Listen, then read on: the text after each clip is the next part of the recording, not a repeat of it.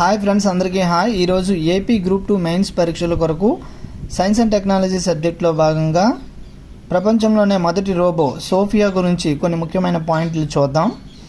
ఈ యొక్క Sophia robo ప్రపంచంలోనే పౌరసత్వం పొందిన తొలి రోబో ఏది అంటే ఈ యొక్క సోఫియా రోబో.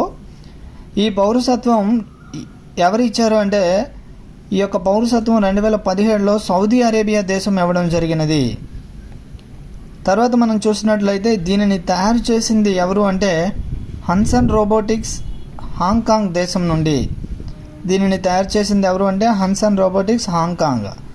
నెక్స్ట్ దీనిని తయారు చేసిన వారు ఎవరు అంటే డేవిడ్ హన్సన్, అమెరికా దేశానికి చెందిన డేవిడ్ హన్సన్.